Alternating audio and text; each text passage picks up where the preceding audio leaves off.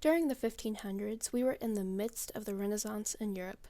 At this time, there was a great range of art being produced, from beautiful paintings that depicted scenes from Greek and Roman mythology and nature, to dazzling altarpieces that were built for cathedrals. One of many such wonderful altarpieces is held at the Nelson Atkins Museum in Kansas City, Missouri. As I was looking for inspiration for this very podcast, I came face to face with many religious paintings, but it was the altarpiece, Scenes from the Life of Christ, that caught my eye. Hello, my name is Mackenzie Wilcoxon, and I am a freshman at Northwest Missouri State University. I decided to create the Art Wants What It Wants podcast for one of my favorite classes, Art Appreciation. I was dying to have an excuse to explore the Nelson Atkins Museum after truly discovering my appreciation for art. Once I had already spent about an hour, maybe an hour and a half, searching for the art piece that tugged at my heart, I found that tug in a wooden altarpiece that was created sometime between 1500 and 1525. The only hint of the artist that I could find was that he worked in Northern Europe because it was labeled a Flemish art piece.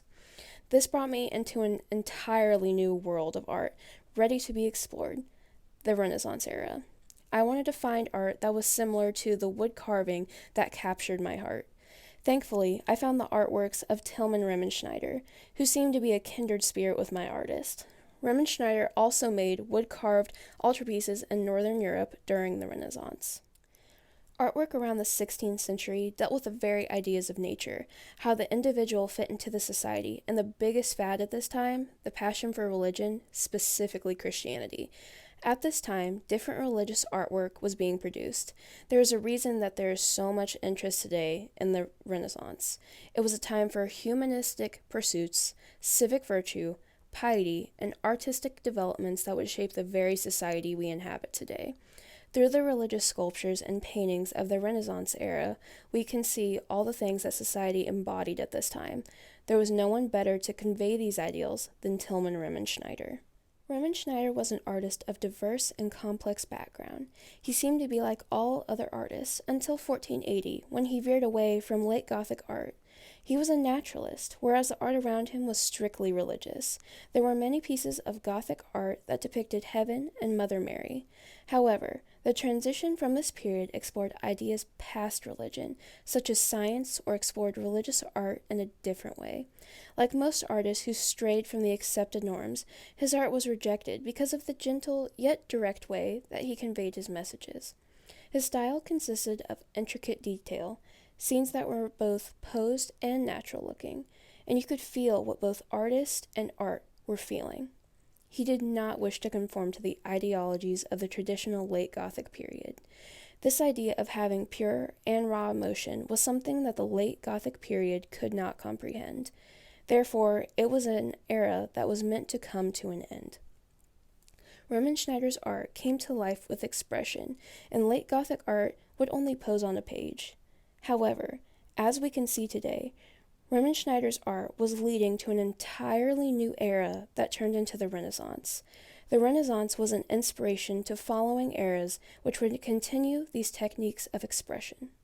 Riemenschneider created many groundbreaking art pieces in his time. He created a funerary monument for Prince Rudolf von Skärensberg, Bishop of Wurzburg. It was made from carved red Salzburg marble and gray Maine sandstone. The monument showed the Bishop Rudolph with a staff in his left hand and with a sword strapped to his right hip. There are also 6 shields. 2 of the shields are being held by lions at the bottom of the monument, and 2 are being held by angels at the top of the monument. The last 2 shields are at the sides of Bishop Rudolph. There are also 2 angels at the bottom holding what looks to be a stone of inscription. All of Riemenschneider's work has a purpose through every bit of marble he shapes. Here it shows divinity and the armor of God, such as the shield and sword, along with the historical significance of these items at the time.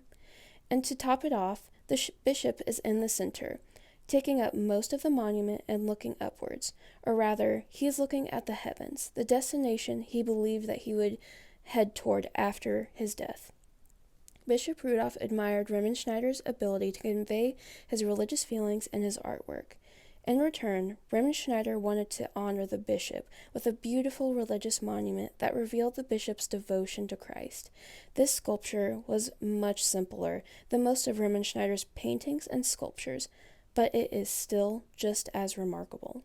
Another piece of artwork that Schneider created was Christ's entry into Jerusalem, which was heavily influenced by a work of the same subject by the late Gothic artist Martin Schonger.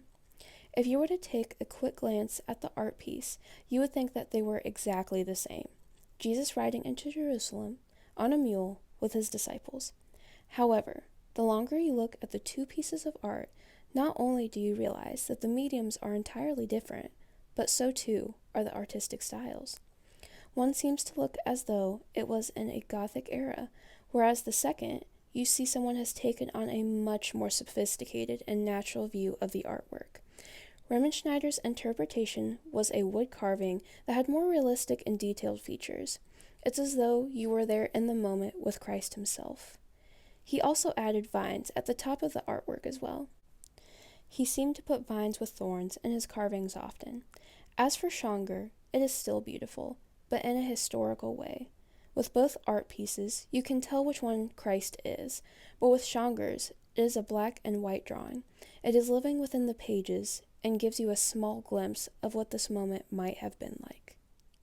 We can see from just these two examples that Schneider's goal was not to blend in with the crowd. He was exploring familiar subjects in an intentionally new and innovative style. He was a skilled sculptor, and one of his favorite and most frequently used mediums was wood carving. Between 1505 and 1510, Schneider created the Assumption of the Virgin art piece. This artwork, carved in lime wood, shows the Virgin Mary ascending into the heavens, and she is surrounded by the apostles who witnessed her leaving earth. On the predella, also known as the platform on which the altar rests, are three scenes.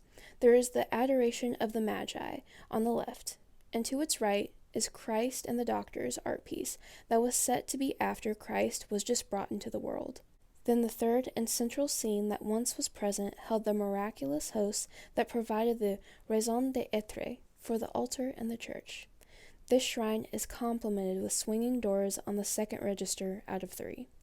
On the doors is the depicted life of Mary, and on top of the shrine there is Mary, and above her are 2 angels, and to her left is Jesus, and on her right is God the Father.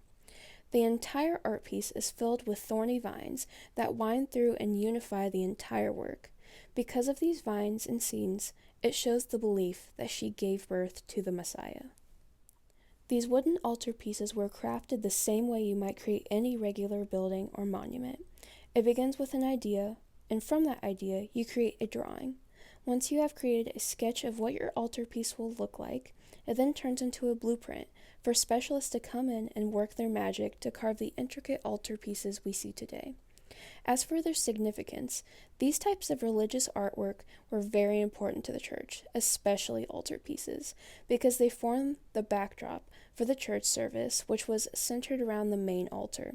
The altar pieces depicted scenes from the Bible that connected the biblical past to the present by using the lives of Christ and the saints as a model for Christian worshipers to emulate. The same is true for the beautiful altarpiece Scenes from the Life of Christ that is displayed in the Nelson Atkins Museum. It depicts 5 biblical scenes from the life of Christ before, during, and after his crucifixion.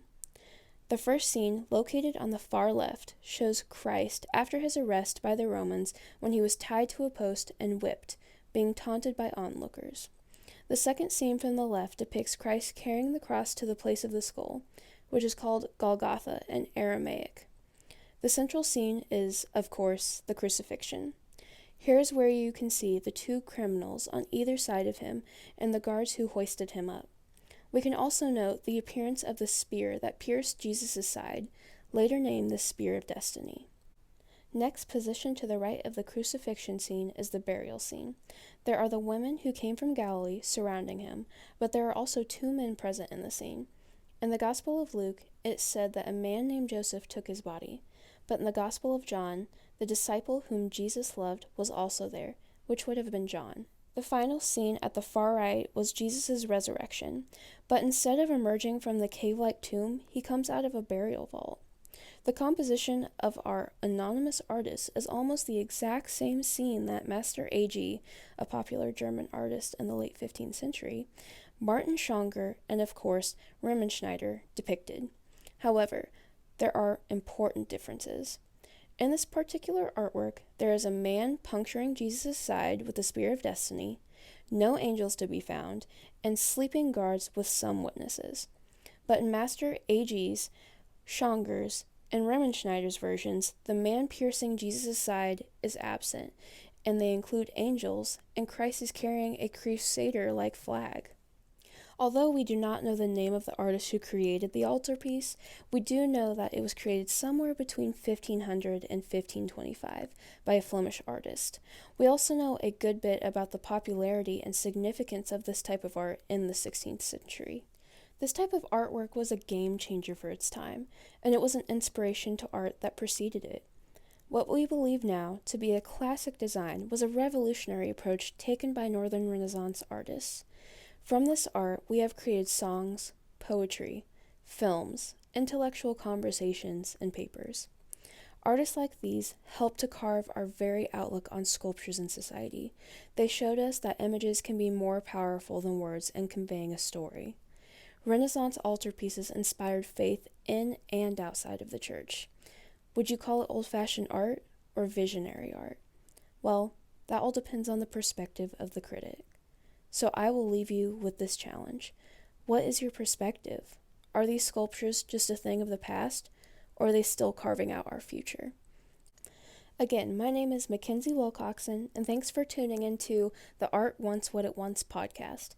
See you next time.